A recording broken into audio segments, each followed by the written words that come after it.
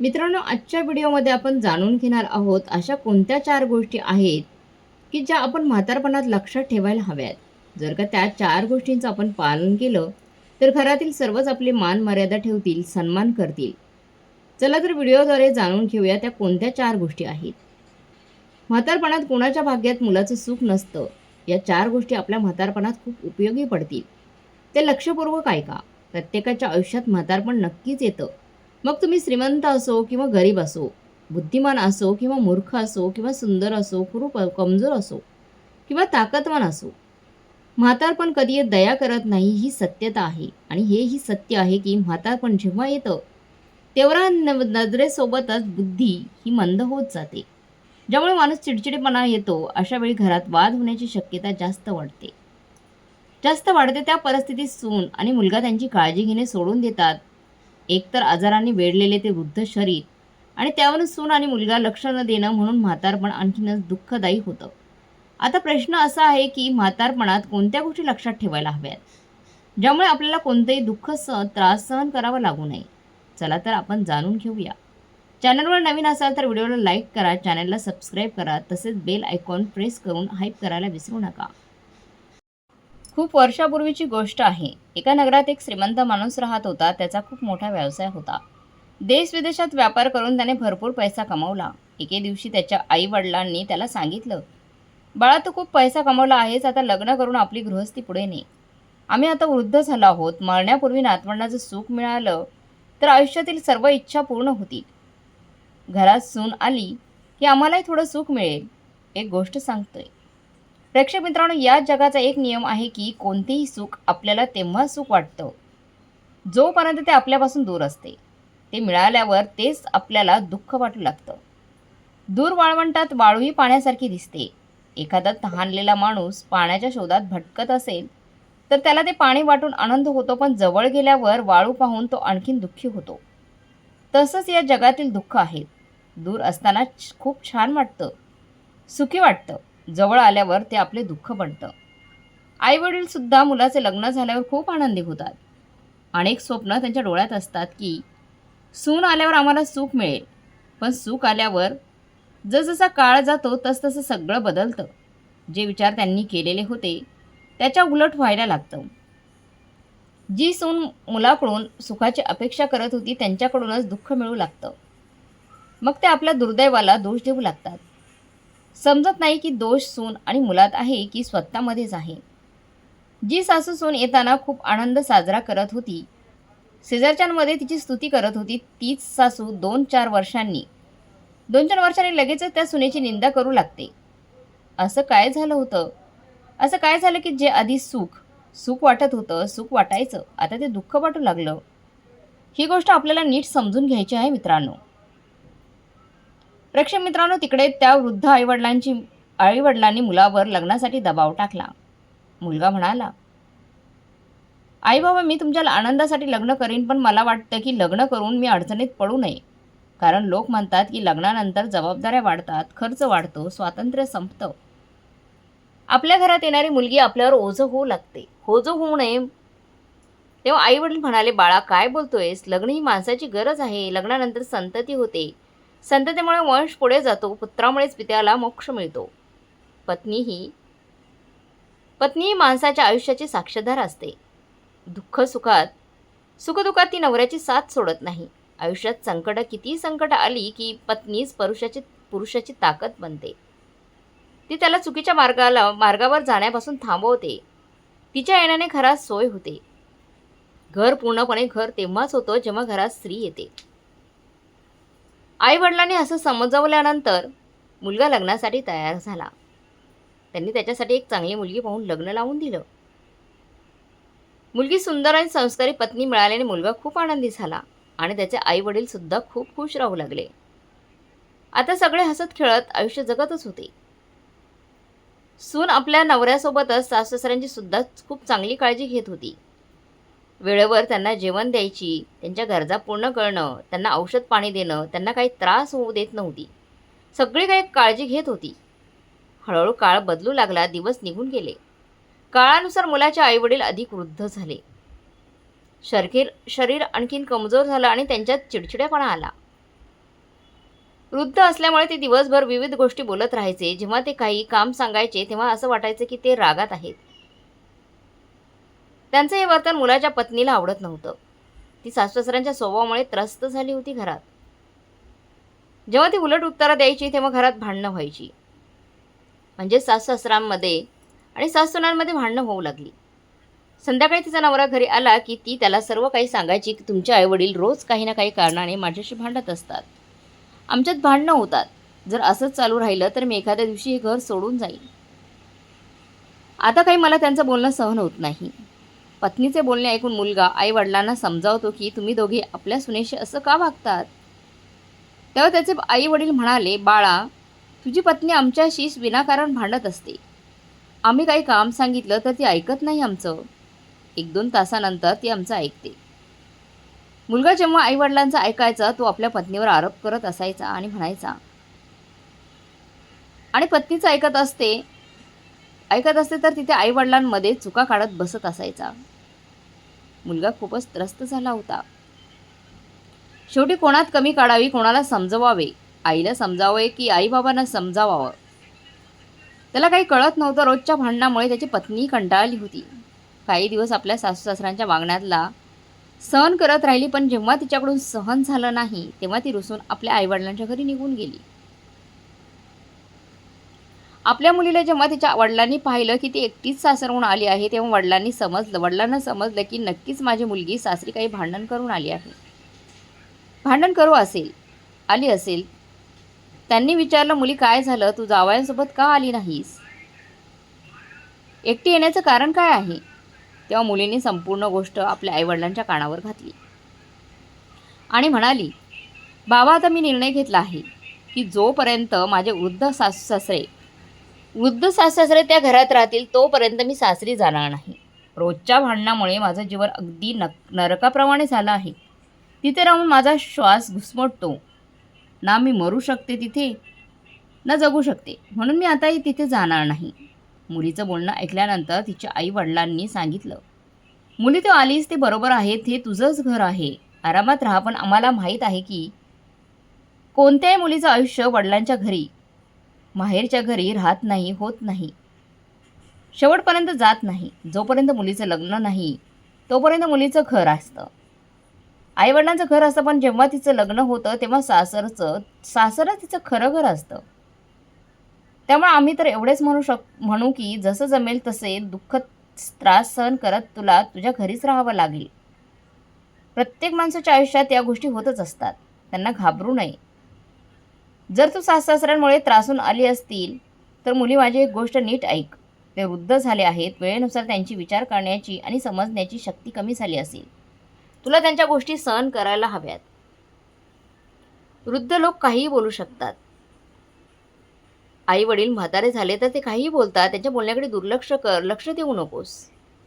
तेव्हा मुलगी म्हणाली, बाबा, तुमच्या बोलण्याशी मी सहमत आहे, पण कितपतपर्यंत मी सहन करू त्यांचे बोलणं? सहन करायला एक मर्यादा असते ना. जर ते माझ्याकडून वेळेवर जेवण मागतात, वेळेवर काम सांगतात आणि मी करत नाही तर माझी चूक आहे. मी त्यांचं प्रत्येक काम वेळेवर करते तरी ते मला वाईटच बोलतात. कितीही चांगलं वागलं तरी वाईट बोलतात आणि काही टोमणे मारून त्रास देतच असतात. एवढंच नाही तर माझ्याबद्दल लोकांमध्ये वेगवेगळ्या गोष्टी सांगतात, गैरसमज निर्माण करतात आणि म्हणतात की आमच्या घरात जी सून आली आहे तिचं वर्तन चांगलं नाही. ते म्हणतात की आमचाच मुलगा चांगला कमवतो तरी आमची सून आम्हाला काही नीट खायला देत नाही, वेळेवर कामं करत नाही. अशा प्रकारच्या गोष्टी ते गावकऱ्यांना सांगतात आणि नेहमीच माझ्या बनवलेल्या जेवणात उणं काढतात.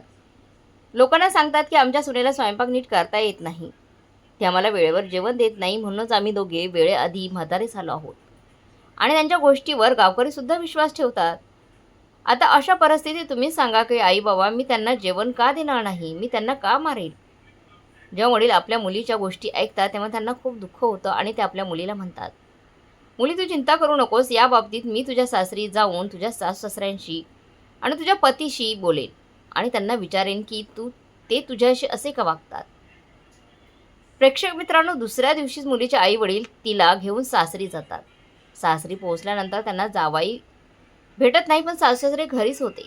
मुलीचे आई वडील दोघांसमोर ही गोष्ट मांडतात, पण ते लोक आता म्हातारे झाले होते आणि त्यांच्यामध्ये समजूतदारी नावाची काही गोष्टच उरली नव्हती. उलट ते दोघेही मुलीच्या आईवडिलांशीच भांडू लागतात.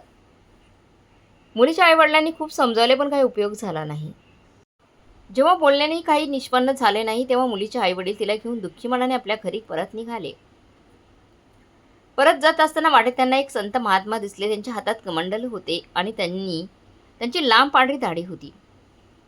ज्या मुलीचे आईवडील त्या महापुरुषाजवळ पोहोचतात तेव्हा त्यांना सगळं कळतं की ते महात्मा खूप सिद्ध संत आहेत. मुलीच्या आईवडिलांनी महासंतांना नमस्कार केला आणि त्यांच्या चरणाजवळ बसले.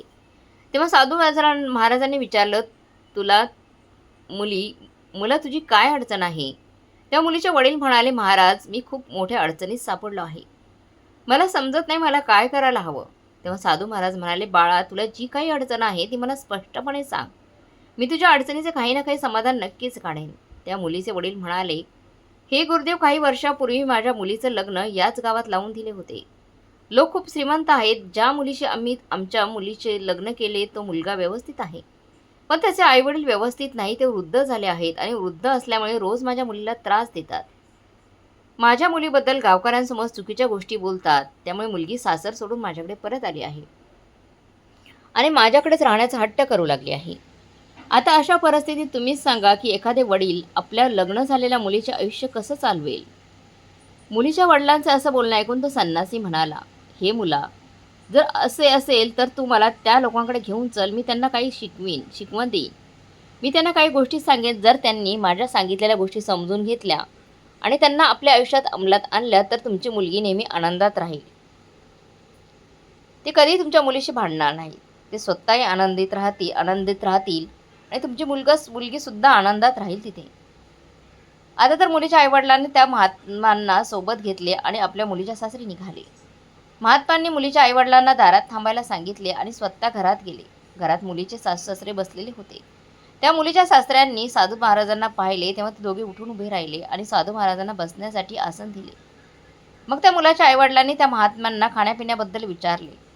साधू महाराजांनी सांगितले की मी तुमच्या घरी मनसोक्त जेवण करेन, पण त्याआधी तुम्हाला माझे एक काम करावं लागेल.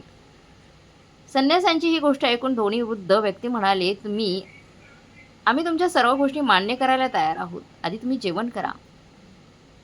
महात्मे म्हणाले, नाही, आधी तुम्ही माझ्या गोष्टी लक्षपूर्वक ऐका, त्यानंतरच तुम्ही मला तुमचे घरचे जेवण द्या.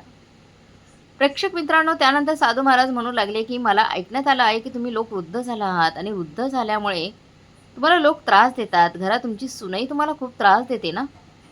साधू महाराजांची ही गोष्ट ऐकून दोघे पती पत्नी म्हणाले, हे गुरुदेव, तुम्ही बरोबर ऐकलं आहे. आम्ही दोघे आता वृद्ध झालो आहोत आणि आमची सून आमची कदर करत नाही. ती नेहमी आम्हाला त्रास देत असते. तिला माहीत नाही की जसे आज आम्ही वृद्ध झालो आहोत तसेच काही काळानंतर तिच्यावरही वृद्ध होण्याची वेळ येईल आणि हे सर्व माहीत असूनही ती आम्हा दोघांना खूप त्रास देते.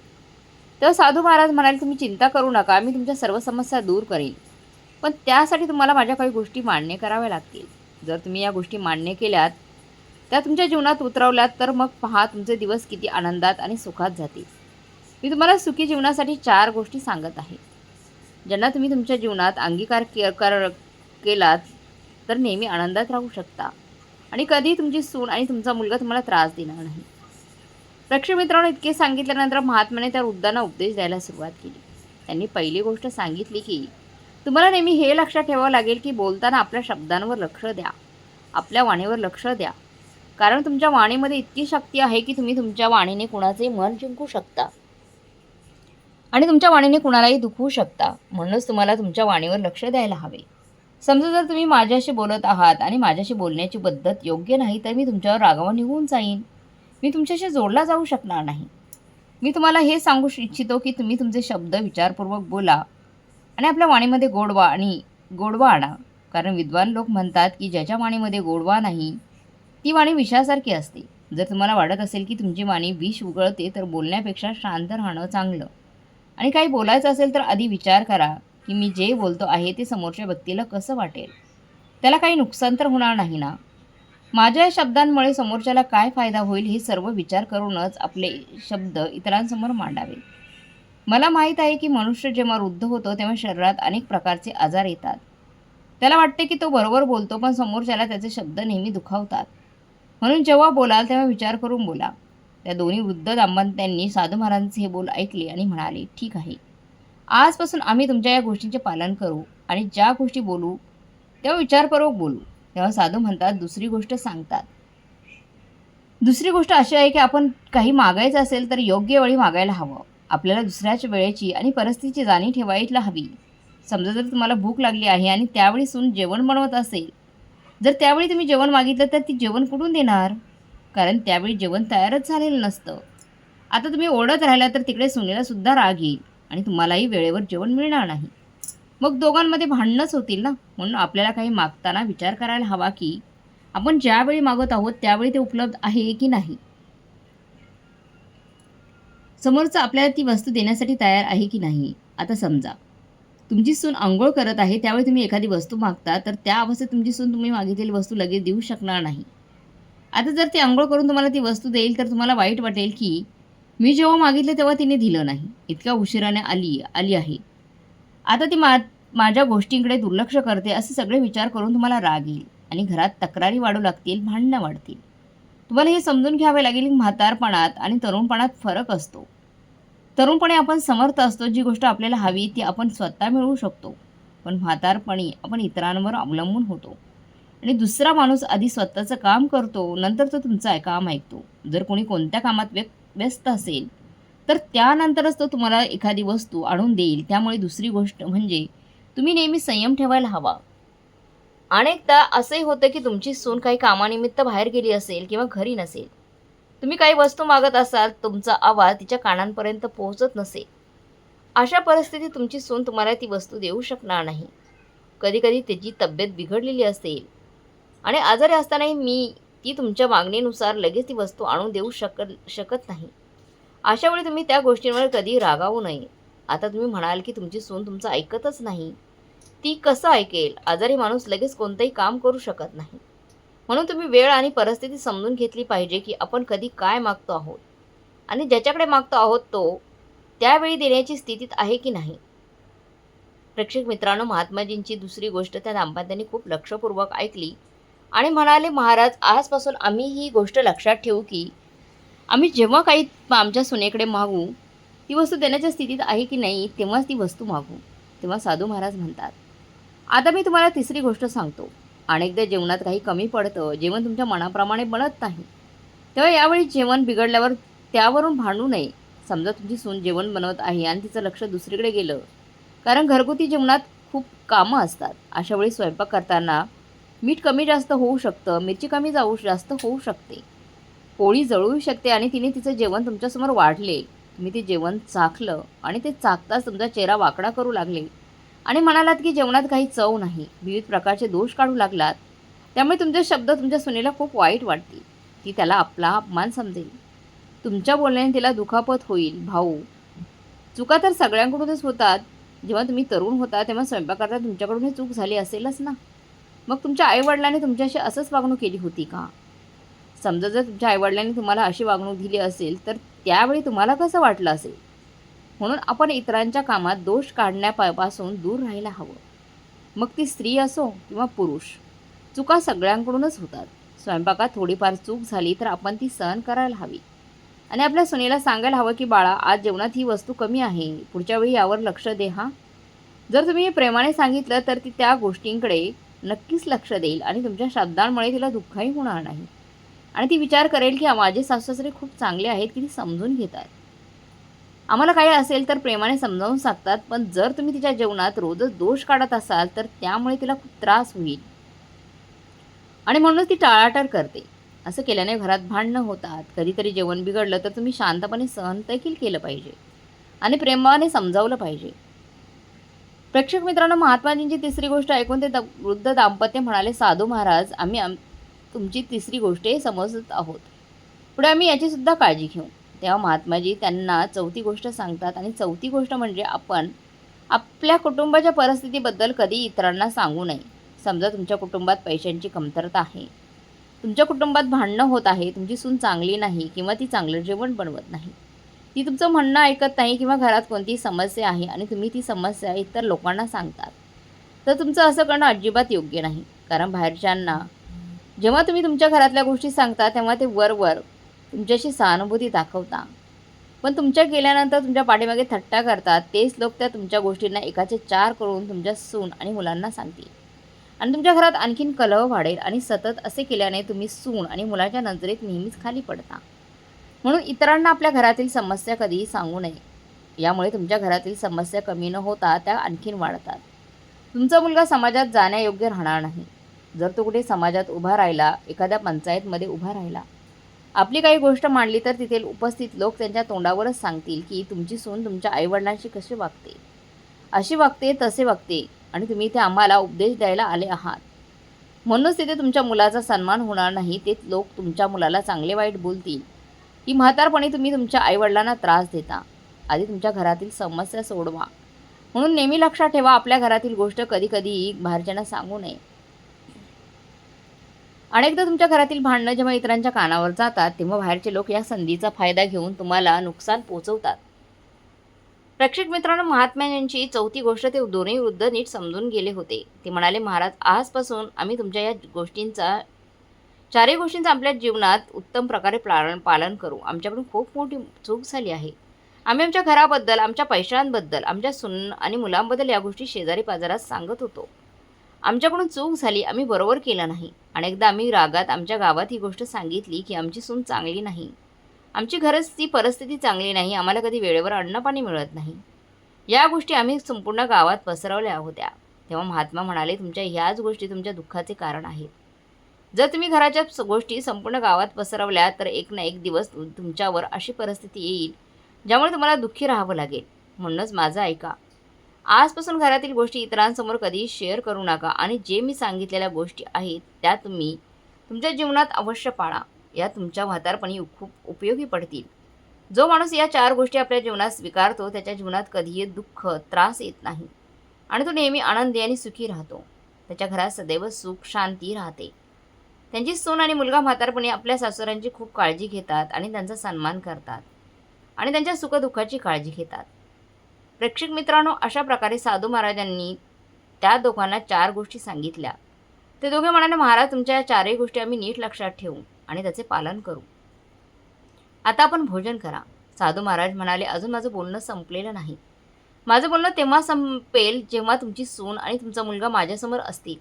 कारण त्यांनाही मला काही शिकवायचं आहे. काही गोष्टी मला त्यांनाही सांगायच्या आहेत. कारण टाळी एका हाताने कधी वाजत नाही. आणि तुमच्या मुलाला आणि सुनेला बोलवा. त्यानंतर आपण जेवण करू.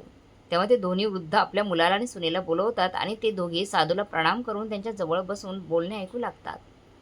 साधू महाराज म्हणतात, तुम्हीही काही गोष्टी ऐका ज्या तुमच्या जीवनात खूप उपयोगी पडतील.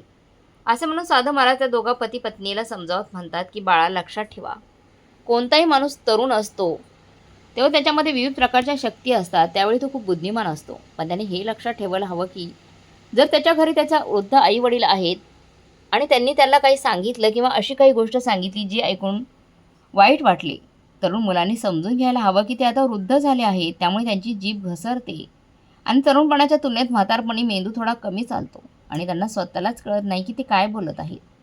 त्यांच्या छोट्या मोठ्या गोष्टींवर कधीही चिंता करू नका आणि त्याकडे जास्त लक्ष देऊ नका. ते वृद्ध आहेत, काही बोलू शकतात. जो कोणी त्यांच्या या गोष्टीला मनाला लावून घेतो तो नेहमी त्रस्त राहतो. दुसरी गोष्ट म्हणजे तुमच्या आईवडिलांनी तुम्हाला रागवले किंवा मनाला ठेस लागेल असं काही सांगितलं किंवा विनाकारण तुमच्याशी भांडू लागले किंवा तुमच्या पत्नीला सांगितले की जेवण चांगलं बनवलं नाही तर तुम्ही लोकांनी उलट उत्तरं देऊ नका. त्यांच्या गोष्टी शांतपणे ऐकून घ्यायच्या आहेत. तुम्ही विचार करायचा आहे की आपल्या काही चुकीमुळे जेवण बनवण्यात काही कमतरता राहिली असेल तर आधी ती सुधारायची गरज आहे. जर जेवण बनवण्यात काही कमतरता नसली तर शांतपणे त्यांच्या गोष्टी सहन करायच्या आहेत. कारण म्हातारपणी ते काहीही बोलू शकतात आणि असंही नाही की म्हातारपणी ते नेहमी चुकीचे बोलतील. जर तुम्ही काही चुकीचं काम करत असाल तर ते नक्कीच थांबतील. कारण तुमच्यापेक्षा त्यांनी जास्त आयुष्य जगलेले आहेत. त्यांच्याकडे जीवनाचा अनुभव जास्त आहे. त्यांना जास्त माहीत आहे की कोणतं काम तुमच्या हिताचं आहे आणि कोणतं तुमच्या अहिताचं आहे. जर ते त्यांच्या अनुभवातून तुम्हाला एखाद्या कामासाठी थांबवत असतील तर त्यांच्या गोष्टीचं कधी वाईट मानून घेऊ नका. त्यांना माहीत असते की काय केल्याने तुमचा फायदा होईल आणि काय केल्याने तुम्ही अडचणीत पडाल. मुलांनी विचार करायला हवा की आई वडील वृद्धापकाळात काही बोलू शकतात. आपण त्यांच्या बोलण्याचा राग धरू नये. कारण वृद्ध व्यक्तीची बुद्धी आणि लहान मुलाची बुद्धी यामध्ये फारसा फरक नसतो.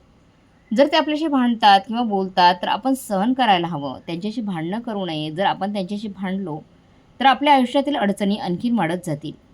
अनेक वेळा जेव्हा आई-वडील वृद्ध होतात आणि त्यांची जीभ जास्त चालू लागते, तेव्हा त्यांनाच कंटाळून सून आणि मुलगा विचार करतात की त्यांना एखाद्या अनाथ आश्रमात किंवा वृद्धाश्रमात सोडून देऊ.